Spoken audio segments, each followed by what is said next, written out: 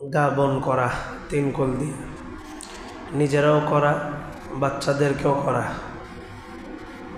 শেষ জামানায় জিন্নাতের উৎপাত বেড়ে যাবে। খারাপ শয়তান যেগুলো জিন, এগুলো অতিরিক্ত সমস্যা করবে। আর এখন সমাজের অধিকাংশ মানুষের রোগ ধরা যায় না। ডাক্তাররা বিভিন্ন টেস্ট দিতেছে, কিন্তু কোনো রোগ ধরা পড়তেছে না। তো আপনার সবসময় যদি এলোপ্যাথিক খান, হঠাৎ করে হোমিও খেলে কাজ করবে না। যার শরীরটা যেভাবে অভ্যস্ত, বিদেশিরা দেশে আসলে আবহাওয়া সেট হইতে সময় লাগে, শরীর অসুস্থ হয়ে যায়, পেটে সমস্যা। এই ঝাড়ফুঁকগুলাও এমন, সব সময় করলে এটা কাজে লাগে। কোনো সময় করেন না, আমার তো কোনো সমস্যা নাই, আমি গা বন করবো কেন? তো যখন সমস্যা হয় তখন গা বন করলেও কাজে আসে না। বাচ্চাদের বেশিরভাগ সমস্যাগুলো হচ্ছে জিন্নাতের কারণে। হাদিসের মধ্যে আসছে, বাচ্চা যখন অতিরিক্ত দুষ্টামি করে তখন এটার উপরে খারাপ জিনের একটা প্রভাব থাকে, এটা বোঝা যায়। এখনকার বেশিরভাগ বাচ্চাগুলো অতিরিক্ত দুষ্টামি, মানে কোনোভাবেই তারে কন্ট্রোল করা যায় না। এজন্য নিজেরাও গাদম করবেন, বাচ্চাদেরকেও গাদম করায় দিবেন। এটা দুইটা ফজরের পরে যতটা গুরুত্বপূর্ণ, মাগরিবের পরে তার চাইতে বেশি। কারণ মাগরিবের পরেই জিন্নাতের চলাচল শুরু হয়, দিনে তারা চলাচল করে না সচরাচর। আল্লাহ বিসমিল্লাহির রহমানির রহিম। রব্বানা লা তুজিগ কুলুবানা বা'দা ইয হাদাইতানা ওয়া হাব লানা মিন লাদুনকা রাহমাহ ইন্নাকা আনতাল ওয়াহ্হাব। সূরা আলে ইমরান আয়াত নাম্বার 8। আল্লাহ তাআলা বলেন যে তোমরা দোয়া করো যে হে আল্লাহ, আমাদেরকে হেদায়েত দেওয়ার পর আমাদের দিলকে আপনি বাঁকা করে দিবেন না। ওয়া হাব লানা মিন লাদুনকা রাহমাহ, আপনার পক্ষ থেকে আমাদেরকে রহমত দান করুন। ইন্নাকা আনতাল ওয়াহ্হাব, কারণ আপনি হচ্ছেন দাতা, মানুষকে দান করেন। এই দোয়াটা খুবই গুরুত্বপূর্ণ। আমাদের একটা আলোচনা গেছিল, 6টা কাজ করলে ইমানি মৌত হয়, ইমানি মৃত্যু হয়। 6টা কাজে মেসওয়াক করলে ইমানি মৃত্যু হয়, ওযুর পরে কালিমা শাহাদাত পাঠ করলে ইমানি মৃত্যু হয়। আর আরেকটা ছিল এই দোয়াটা, রব্বানা লা তুজিগ কুলুবানা বা'দা ইয হাদাইতানা ওয়া হাব লানা মিন লাদুনকা রাহমাহ ইন্নাকা আনতাল ওয়াহ্হাব। এই দোয়াটা যে ব্যক্তি বেশি বেশি পড়বে, আল্লাহ তাআলা তাকে ঈমানি মৃত্যু নসিব করবেন। 9 নম্বর আয়াত, রব্বানা ইন্নাকা জামিউন নাসি লিয়াউমিন লা রাইবা ফি ইন্নাল্লাহা লা ইউখলিফুল মিআদ। এটা একটা দোয়া, আবার দোয়ার ভিতরে আল্লাহ তাআলা এটা ধমকি দিতেছেন, ধমক দিতেছেন যে তোমরা দোয়া করো, হে আমাদের রব, নিশ্চয়ই আপনি সমস্ত মানুষকে এমন একটি দিবসে একত্রিত করবেন যেই দিবস সম্পর্কে কোনো সন্দেহ নেই। ইন্নাল্লাহা লা ইউখলিফুল মিআদ, নিশ্চয়ই আল্লাহ তাআলা ওয়াদা ভঙ্গ করেন না। আল্লাহ তাআলা বলতেছেন এমন একটা দিবস সম্পর্কে আমি ওয়াদা করতেছি যেই দিবসটা চূড়ান্ত পর্যায়ের হবেই হবে, আর ওই দিন আমি সমস্ত মানুষকে একত্রিত করব। এখানে আমাদের একটা বিশ্বাস, আকীদা শিখাইছেন। সেটা কি? হিন্দু ধর্মের আকীদা হইল মানুষ মৃত্যুবরণ করার পর এটাকে যদি আগুনে জ্বালায় দেওয়া হয়, ছাই করা হয়, তাহলে এই মানুষটাকে আর পুনরায় জীবিত করা সম্ভব নয়। এজন্য তারা এটাকে আগুনে জ্বালায় দেয়। শুধু আগুনে জ্বালাই শেষ করে না, আগুনে জ্বালানোর পর যে ছাইটা আছে এটাকে সমুদ্রে ছেড়ে দেয়, যাতে আর কখনো যেন কেউ এটাকে একত্রিত না করতে পারে। আল্লাহ তাআলা বলেন, যখন আমি তোমাকে প্রথমবার সৃষ্টি করছি তখন তো কিছুই ছিল না, কোনো কিছুই ছিল না। আর দ্বিতীয়বার যখন সৃষ্টি করব তখন তোমার হাড্ডি হইলেও থাকবে অথবা ছাই হইলেও থাকবে। আর মানুষকে পুনরায় জীবিত করা এটা বডির সাথে সম্পর্ক না, এটা হচ্ছে আত্মার সাথে সম্পর্ক, রূহ। এটা আল্লাহ তাআলা জমা নিয়ে নেন, আর নির্দিষ্ট সময় এই রূহটাকে দিয়ে আবার একটা আকৃতি দিয়ে দিবেন। আল্লাহ বলেন যারা শহীদ হয় তাদের রূহটাকে আমি নিয়ে জান্নাতের সবুজ পাখির মধ্যে দিয়ে দিই। তাহলে যারা শহীদ হয় তারা জান্নাতি, তাদের শরীরটা কি জান্নাতে চলে যায় না? শুধু রূহটা, শুধু রূহ। আপনার শরীর তখনই যে কোনো কাজ অনুভূতি শক্তি থাকবে যতক্ষণ পর্যন্ত আপনার শরীরের মধ্যে রূহ আছে। রূহ চলে গেছে, এই শরীরে যতই মারা হোক, প্রহার করা হোক, আপনার শরীরের মধ্যে অনুভূতি শক্তি থাকবে না। আল্লাহ বলেন আমি মানুষকে একত্রিত করব সেই দিন। আর হিন্দু ধর্মের মানুষকে পোড়ানো হয় আর একটা কারণ আছে, সেটা হলো তাদের বিশ্বাস হলো নরক। আমরা যেমন জাহান্নাম বলি, জান্নাত বলি, তাদেরটা হচ্ছে কি নরক আর কি দোজখ। তাদেরও একটা বিশ্বাস আছে যে ভালো স্থান খারাপ স্থান।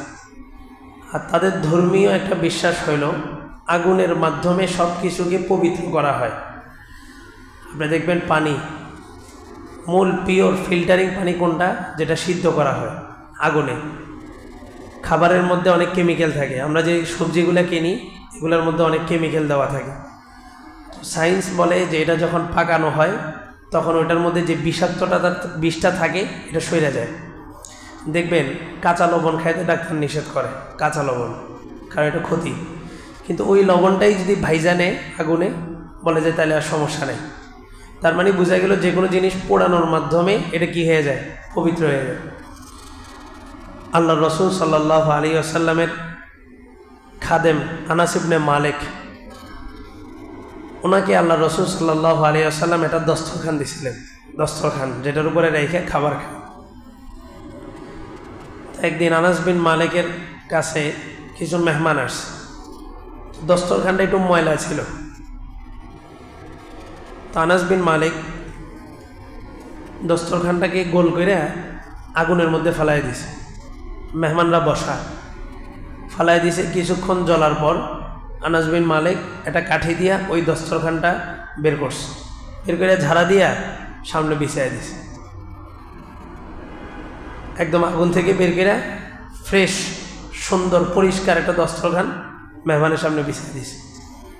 মেহমান বলে যে তুমি তো জাদুঘর, একটা ম্যাজিক দেখাইলা, এই ম্যাজিকের ভিতরে রহস্য কি? আগুন তো সব কিছুকে জ্বালায় ভস্য করে দেয়, তোমার দস্তরখান জ্বালাইলো না? বলে যে এই দস্তরখানটা হচ্ছে রাসূলের দস্তরখান, আর রাসূলের হাত যেখানে লাগছে ওইটা আগুনের উপরে আল্লাহ তাআলা কি করছেন? হারাম করে দিয়েছেন। দস্তরখানটা রাসূলের হাত যেহেতু দস্তরখানে লাগছে, এই দস্তরখান আগুন কি করতে পারে না? জ্বালাইতে পারে না। তা আগুনের মাধ্যমে সব কিছু কী হয়ে যায়? পরিষ্কার হয়ে যায়। তো তাদের ধারণা মানুষ জীবনে যত পাপ করছে আগুনে যখন জ্বালানো হয়, জ্বালানোর মাধ্যমে এই আগুন তার জীবনের সমস্ত পাপকে মুইসা দেয়। এটা তাদের একটা ধারণা। আল্লাহ বলেন যে তুমি আগুনে জ্বালায় দাও, ছাইগুলা নদীতে ফেলায় দাও, তবে নিশ্চিত থাকো আমি তোমাদের সকলকে এমন একটা দিবসে একত্রিত করব যেই দিবস সম্পর্কে কোনো সন্দেহের লেশ মাত্রাও নেই। লা রাইবা ফি জালিকাল কিতাব লা রাইবা ফি, মানে কি? এটা এমন একটা গ্রন্থ যে গ্রন্থে সন্দেহের লেশ মাত্রাও নেই। আল্লাহ বলেন যে আমি এটা ওয়াদা করতেছি, আর আল্লাহ তাআলা কখনোই ওয়াদার খেলাফ করেন না। মানুষ একটা কথার ওজন বোঝানোর জন্য নিজের নাম নিয়ে বলে। যেমন আমি বললাম যে আমি অমুক কাজটা করব, আর আমি যেহেতু বলছি এটা আমি করবই, এটা একটা ওজন। আর আমি বললাম আমি অমুক কাজটা করব, আর মনে রেখেন ইমাম সাহেব যেটা বলছে এটা করবেই করবে, তাহলে দুইটার ওজনের মধ্যে ভিন্নতা আছে না? আল্লাহ বলতেছেন ইন্নাল্লাহা লা ইউখলিফুল মিআদ, আল্লাহরই কথা, আবার আল্লাহই বলতেছেন মনে রেখো আল্লাহ কিন্তু ওয়াদার খেলাফ করেন না, এটা হবেই। সেদিনের চিত্রটা কেমন হবে? বলে যে আল্লাহ তাআলা যে আরশটা আছে, যেটার উপরে আল্লাহ তাআলা সমাসীন, আহলে সুন্নাত ওয়াল জামাতের আকীদা হলো আল্লাহ আরশের উপরে আছেন, কুরসির উপরে আছেন, কিন্তু কিভাবে আছেন, কেমনে আছেন, কেমনে বসছেন না দাঁড়ায় আছেন না শুয়ে আছেন, এগুলো কোনো জিনিস বিশ্লেষণ করা যাবে না। আল্লাহ আছেন যেভাবে থাকা দরকার ওভাবেই আছেন, বাস। এখন আমি যদি বলি আল্লাহ তাআলা কুরসির উপরে বসছেন, যেমন এক শ্রেণীর মানুষের বিশ্বাস হলো আল্লাহ তাআলা আর রহমানু আলাল আরশি ইস্তাওয়া, আল্লাহ তাআলা আরশের উপরে আছেন, ওয়াসিআ কুরসিয়্যুহুস সামাওয়াতি ওয়াল আরদ, আরশের উপরে কুরসি, কুরসি মানে হচ্ছে চেয়ার, চেয়ার আছে যে চেয়ারটা পুরা পৃথিবীটাকে বেষ্টনী দিয়ে রাখছে, আর আল্লাহ ওই চেয়ারের উপরে আছেন। তাদের আকীদা, তাদের বিশ্বাস হইল আল্লাহ তাআলা চেয়ারের উপরে বসা আছেন। নাউজুবিল্লাহ। এটা হইলে কি হবে? দেখেন, আমি মিম্বরের উপরে যখন বসি অথবা আমরা যখন চেয়ারে বসি, তার মানে কি আমাদের চাইতে চেয়ারটা শক্তিশালী বেশি, যার কারণে আমারে কি করছে, বহন করতে পারছে। তাহলে আমি যদি বলি আল্লাহ তাআলা চেয়ারের উপরে বসা আছেন, কি বোঝা গেল? আল্লাহর চাইতে কুরসি যেটা, এটা বেশি শক্তিশালী। নাউজুবিল্লাহ। আল্লাহর চাইতে শক্তিশালী আর কিছু আছে?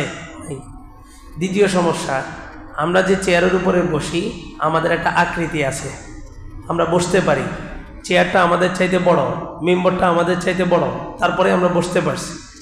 তাহলে যখন বলা হবে আল্লাহ কুরসির উপরে বসছেন, তার মানে বোঝা গেল কুরসি আল্লাহর চাইতে বড়। নাউজুবিল্লাহ। কারণ আপনি অনেক ভারী একটা জিনিস, অনেক বড় একটা জিনিস চেয়ারের উপরে রাখতে পারবেন না। তা আল্লাহ তাআলা তো অসীম, আল্লাহ তাআলার কোনো শেষ নাই, কোনো আকার নাই, কারণ উনি আকার সৃষ্টি করছেন। আমি যদি বলি আল্লাহ আকার আছে, তাহলে হবে কি আল্লাহর একটা হাত আছে। তো আল্লাহর হাত থাকলে সমস্যা কি? বলে যে আল্লাহর হাত থাকলে আমাদের হাত আছে কেন? আমরা যে কোনো জিনিস ধরতে হইলে হাতের মুখাপেক্ষী। কিন্তু আমি যখন বলবো আল্লাহর হাত আছে, তার মানে বোঝা গেল আল্লাহও কোনো কিছু ধরতে হাতের মুখাপেক্ষী। নাউজুবিল্লাহ। অথচ আল্লাহ বলেন কুল হুয়াল্লাহু আহাদ আল্লাহুস সামাদ, আল্লাহ সব কিছু দেখি মুখাপেক্ষী, কোনো কিছুর মুখাপেক্ষী। আল্লাহ তাআলা যে আরশে আজিমটা আছে, এই আরশে আজিমের চতুর্পাশে কি পরিমাণ ফেরেশতা দেওয়া আছে, একটা আয়াতের তাফসিরের মধ্যে গতকালকে দেখলাম। আয়াতটা হইল ওয়ায়াউমা তাশাক্কাকুস সামাউ বিল গামাম ওয়া নুজ্জিলাল মালাইকাতু তানজিলা, যে কিয়ামতের দিন আসমান ফাইটা যাবে, ফাইটা বিল গামাম, মেঘমালার মাধ্যমে ফাটবে, ওয়া নুজ্জিলাল মালাইকাতু তানজিলা, ধারাবাহিকভাবে ফেরেশতা নামতে থাকবেন। তো সেখানে একটা কথা আনছে যে আল্লাহ তাআলা আরশে আজিমের চতুর্পাশে কি পরিমাণ ফেরেশতা আছে। তো মুফাসসির লিখতেছেন, পৃথিবীর প্রথম আদম সন্তান আদম আলাইহিস সালাম থেকে নিয়ে একদম কিয়ামতের আগ পর্যন্ত যত মানুষ আসতেছে আসবে, প্রত্যেকটা মানুষকে যদি নূহ আলাইহিস সালামের মতো 950 বছর হায়াত দেওয়া হয়, কত কোটি কোটি মানুষ হবে, কত মিলিয়ন বিলিয়ন মানুষ হবে। এই সমস্ত মানুষকে যদি নূহ আলাইহিস সালামের মতো হায়াত দেওয়া হয় 950 বছর, আর প্রত্যেকটা মানুষ দুনিয়াতে আসার পরে লিখবে কোটি কোটি কোটি। আমাদের সর্বোচ্চ সংখ্যা আমরা যেটা জানি কোটি, কথার কথা, সবাই লিখবে কোটি কোটি কোটি কোটি, পুরা জীবন খালি এটাই লিখবে সংখ্যাটা। তাহলে কত হইতে পারে? আদম আলাইহিস সালাম থেকে নিয়ে কিয়ামত পর্যন্ত প্রত্যেকটা মানুষের হায়াত কি? নূহ আলাইহিস সালামের মতো 950 বছর। আর পৃথিবীতে আইসা মরণ পর্যন্ত শুধু কি লিখছে? কোটি কোটি কোটি কোটি কোটি কোটি। এই সর্বশেষ একটা সংখ্যা তো হবে যেটা আমাদের চিন্তার বাহিরে, বিশাল একটা সংখ্যা হবে। আল্লাহ তাআলা বলেন ওই যেই সংখ্যাটা হবে, ওই সংখ্যার চাইতেও আরও কয়েক শত হাজার কোটি মিলিয়ন বেশি ফেরেশতা দ্বারা আমার আরশের চতুর্পাশ বেষ্টনী দেওয়া আছে। এবার চিন্তা করেন আমরা কত ছোট্ট একটা গ্রহের মধ্যে, কত ছোট্ট একটা জায়গার মধ্যে আছি। তাহলে আল্লাহ তাআলা এই ফেরেশতাগুলো রাখার জন্য কত বিশাল স্পেস লাগতেছে। তার উপরে আল্লাহ তাআলা আরশ, তার উপরে আল্লাহ তাআলার কুরসি। এটা আমাদের কল্পনাই আনা যাবে না যে আল্লাহ তাআলা কিভাবে আছেন, কিভাবে বসছেন, কিভাবে কি করতেছেন।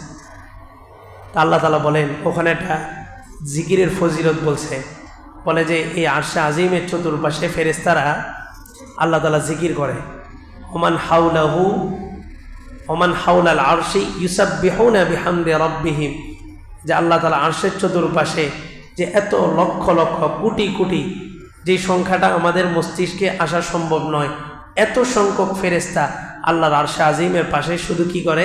জিকির করে, সুবহানাল্লাহ সুবহানাল্লাহ জিকির করে। কিন্তু এই যে ফেরেশতারা জিকির করে আর আমরা জিকির করি, এটার মধ্যে আসমান জমিন ব্যবধান। বান্দা, জমিনের কোনো এক বান্দা যখন বলে সুবহানাল্লাহ, আল্লাহ তাআলা সাথে সাথে সমস্ত ফেরেশতাদেরকে বলেন, চুপ থাকো, আমার বান্দা আমার প্রশংসা করছে, আমার বান্দা আমার তাসবিহ পড়ছে। ওই সমস্ত ফেরেশতার তাসবিহ আরশে আজিমকে কিছুই করতে পারে না। কিন্তু জমিনে কোথায় কত ছোট্ট একটা গ্রহের ছোট্ট একটা জায়গায় ছোট্ট একটা মসজিদের ভিতরে বৈশা কেউ যদি শুধু একবার বলে সুবহানাল্লাহ, তো এই সুবহানাল্লাহ যায় আল্লাহ তাআলার আরশটাকে একটা ধাক্কা দিয়ে দেয়। এত পাওয়ার। কেন? হাদিসের মধ্যে আসছে, আল্লাহ রসুল বলেন যে ফেরেশতাকে বানানোই হয়েছে তাসবিহ পড়ার জন্য। ওরে শুধু ওর কাজই একটা তাসবিহ। ফেরেশতা খাবার খায় না। ফেরেশতাদের পদ্ধতি হইল ওরা সুবহানাল্লাহ বললে পেট ভরে যায়, ওদের খাবার খাওয়ার প্রয়োজন হয় না। আর ওরা যেহেতু খাবার গ্রহণ করে না, ওদের কোনো মানবিক চাহিদাও নেই, মানবিক চাহিদাও নেই, চুরি ডাকাতি এগুলো কিছুই নেই। বনি ইসরাইলের পর থেকে শুরু হয়েছে মান্না সালওয়া বন্ধ হওয়া। আগে ছিল মান্না সালওয়া, জান্নাত থেকে খাবার আসতো আবার চলে যেত, সকালে একবার আসতো বিকালে একবার আসতো। এই জান্নাতি খাবার মানুষ যতদিন খাইছে ততদিন পর্যন্ত মানুষের মধ্যে চুরি ডাকাতি অন্যায় কারণ এই সম্পদ দখল করা এগুলো কিছুই ছিল না। কিন্তু যখন থেকেই এই মান্না সালওয়া বন্ধ হয়েছে, মানুষ আদা চাল ডাল রসুন এগুলো যখন চাষাবাদ শুরু করছে, এই খাদ্য যখন মানুষ খাবার হিসাবে গ্রহণ করছে, তখন থেকেই মানুষের ভিতরে কুপ্রবৃত্তির চাহিদা বাড়ছে, চুরি ডাকাতি অন্যায় অনাচার অশ্লীলতা এগুলো বাড়ছে। তো ফেরেশতারা যেহেতু খাবার খায় না, ফেরেশতাদের মধ্যে কোনো গুনাহের চাহিদাও নাই। তা আল্লাহ বলেন, তোদেরকে সৃষ্টি করছি আমার তাসবিহ পাঠ করার জন্য, আর ওই মানুষটাকে সৃষ্টি করছি আমার ভালোবাসার জন্য। তো বান্দা সুবহানাল্লাহ কখন বলে? আল্লাহর ভালোবাসা থাকলেই তখন বলে। আল্লাহর প্রতি তার ভালোবাসা থাকলেই তারপরে সে বলে সুবহানাল্লাহ, তারপরে সে বলে আলহামদুলিল্লাহ, তারপরে সে বলে আল্লাহু আকবার।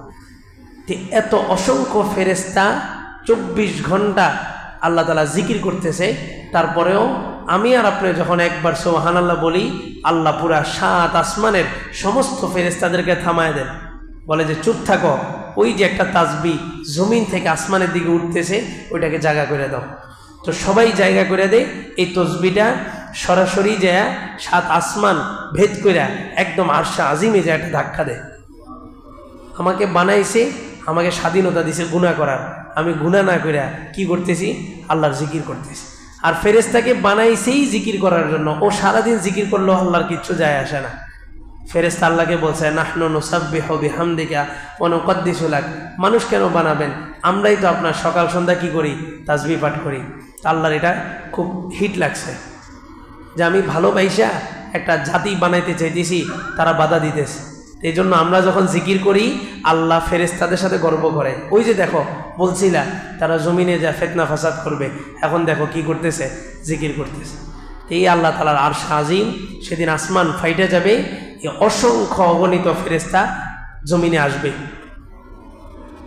সূরা বাকারার মধ্যে 2 পারার 11 নম্বর পৃষ্ঠায় আল্লাহ তাআলা বলেন যে প্রথম ধাপে কিছু ফেরেশতা আসবে মেঘমালার উপরে, ফি জুলালিম মিনাল গামাম ওয়াল মালাইকা ওয়া কুদিয়াল আমর।